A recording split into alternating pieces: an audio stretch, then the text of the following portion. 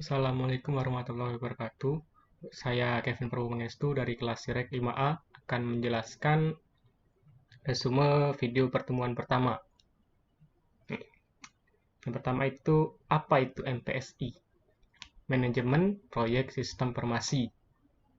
Jadi, kita di sini itu intinya mengelola suatu proyek.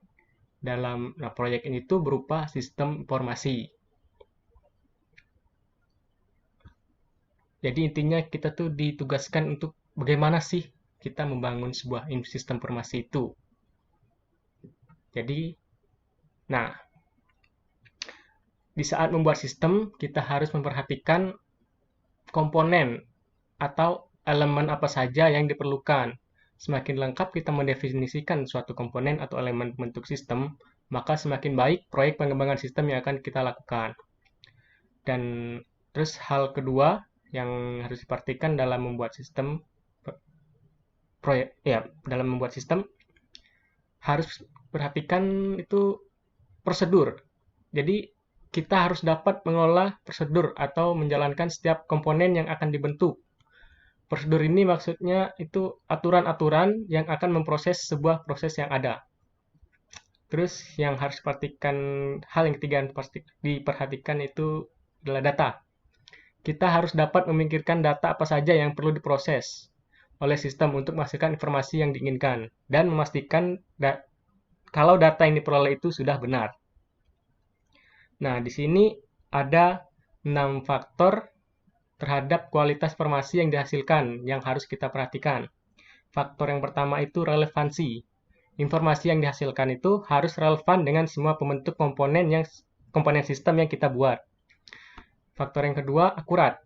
Informasi yang dihasilkan harus akurat, yang bisa ditinjau dari kelengkapan informasi, kebenaran informasi, dan keamanannya. Yang ketiga itu tepat waktu. Nah, tepat waktu ini diukur dari keputusan. Artinya itu informasi yang kita dapat dari sistem dan kita itu dapat mengambil keputusan dari informasi tersebut. Maka dapat dikatakan informasi tersebut berkualitas jika kita dapat mengambil keputusan dari informasi yang kita dapat. Faktor yang keempat itu ekonomis. Faktor ini ditinjau dari sudut pandang keuangan. Jadi, apakah sistem kita buat ini anggarannya itu lebih besar dari manfaat yang dihasilkan atau tidak? Kalau manfaatnya itu lebih besar daripada anggaran, maka informasi yang dihasilkan itu berkualitas. Yang faktor kelima itu efisien. Sistem yang kita harus dapat memanfaatkan data yang diberikan seefisien mungkin dan menghasilkan informasi yang dibutuhkan. Dan sistem memiliki user interface yang intuitif dan user friendly. Yang keenam itu faktor yang keenam itu informasi dapat dipercaya. Informasi yang dihasilkan harus jelas agar sang pengguna mudah untuk mengambil sebuah keputusan. Adapun siklus informasi. Siklus yang pertama itu diawali dengan user yang mengambil keputusan dan tindakan. Nah, dari hasil tindakan tersebut dijadikan inputan data yang lalu akan diproses oleh sistem dan menghasilkan sebuah informasi yang akan digunakan oleh user untuk membuat keputusan baru yang kemudian akan diproses lagi oleh sistem. Dan ada tiga tingkatan tingkatan manajemen sistem informasi ini. Yang pertama itu strategis. Bukan dari bawah, ini dari bawah. Yang dari bawahnya itu bagian teknis. Nah, pada bagian ini informasi yang diberikan harus secara mendetil, seperti uraian yang lengkap dan rincian informasi. Terus bagian yang tengah itu bagian taktis. Nah, pada bagian ini informasi tersebut sudah berupa informasi-informasi yang lebih lanjut, berupa rekapitulasi. Dan yang paling atas, bagian strategis, informasi sudah harus berupa gambar-gambar atau grafis, yang merupakan informasi rinci dari hasil rekapitulasi dari bagian tengah. dan informasi ini akan digunakan untuk mengambil keputusan. Adapun manfaat yang diperoleh dari proyek sistem informasi ini. Jadi, dengan adanya proyek ini dapat mendukung kegiatan usaha, mendukung pengambilan keputusan, dan mendukung persaingan keuntungan strategis. Nah, dalam manajemen proyek, kita harus dapat mengelola segala sumber daya yang ada, dikarenakan sumber daya yang ada itu terbatas, terutama sumber daya manusia. Nah, dengan memanfaatkan pengelolaan sumber daya manusia ini, sebuah proyek dapat dibagi dalam sub-sub pekerjaan yang harus diselesaikan untuk mencapai tujuan proyek secara keseluruhan. Nah, proyek ini biasanya cukup kompleks, sehingga dibutuhkan koordinasi dan pengendalian terhadap setiap sub-sub pekerjaan. Bisa dalam hal waktu, urutan pekerjaan, biaya, dan performansi.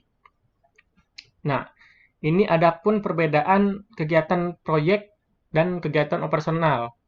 Yang pertama itu biasanya proyek itu bersifat dinamis. Jadi kan biasanya proyek ini ada jadwalnya dan ada batasan waktunya. Nah, untuk operasional ini rutin. Biasanya menggunakan sistem shift.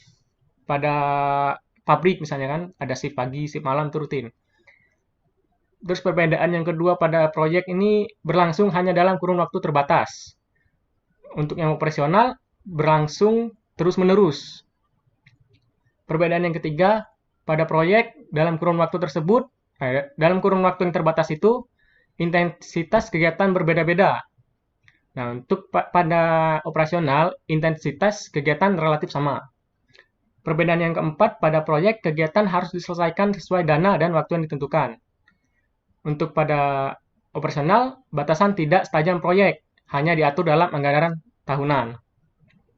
Perbedaan kelima, proyek itu menyangkut bermacam-macam kegiatan sehingga membutuhkan sebuah tenaga kerja spesialis.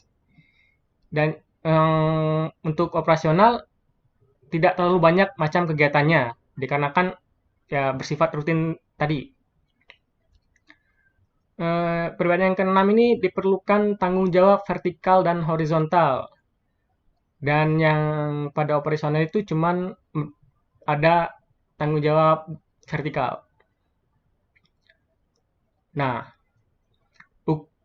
untuk ukuran proyek ini ditentukan oleh jumlah tenaga yang terlibat, jumlah waktu yang diperlukan, jumlah biaya yang diperlukan, dan macam-macam yang kegiatan yang akan dilakukan, macam-macam dan jumlah hubungan antar kegiatan dalam proyek, macam dan jumlah hubungan antar kegiatan di dalam proyek dengan pihak luar.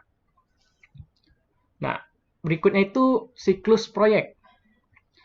Itu diawali dengan lahirnya proyek, kemudian inisialisasi, lanjut ke perencanaan, dan dilakukan pelaksanaan dan pengawasan, dan diakhiri dengan penutupan. Nah, pada tahap itu ada dalam batas waktu. Jika di luar batas waktu tersebut akan dikenakan sebuah penalti. Nah, biasanya itu penaltinya itu pengembalian kerugian biaya proyek. Nah, sebuah proyek ini diawali dengan sebuah usulan atau proposal proyek yang diajukan, kemudian akan dinilai oleh unit yang berwenang. Nah, bila disetujui, organisasi akan menganggarkan biaya untuk proyek. Nah, setelah disetujui, sebuah manajer akan dicari atau ditunjuk. Nah, selanjutnya manajer proyek bekerja sama dengan sponsor proyek untuk mengidentifikasi sumber daya yang diperlukan. Contohnya itu biayanya itu berapa, cakupan prosesnya, jadwal waktu yang diperlukan, dan kualitas proyek yang akan dihasilkan. Setelah itu membuat tim proyek dan mendokumentasikan hasilnya pada sebuah dokumen yang umumnya itu disebut sebagai project charter. Nah, project charter ini disusun berdasarkan proposal proyek dan business case yang digunakan. Nah, persetujuan terhadap project charter ini biasanya dijadikan sebagai negosiasi kontrak. Nah, kemudian muatan rencana awal proyek sudah lebih rinci daripada di proposal proyek dengan menambahkan resiko proyek, semua pihak-pihak yang terlibat yaitu pihaknya itu stakeholder, dana yang segera harus disediakan untuk jangka tertentu.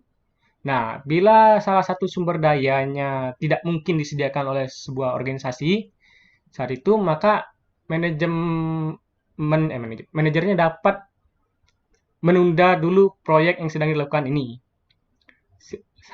sampai sumber dayanya itu disediakan. Lanjut ke tahap perencanaan proyek. Nah,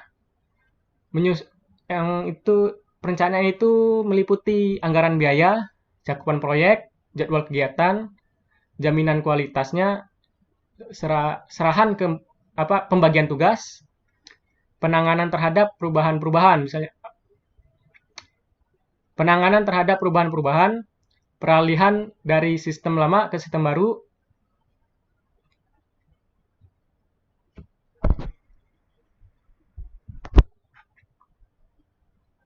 lanjut ke tahap perencanaan proyek.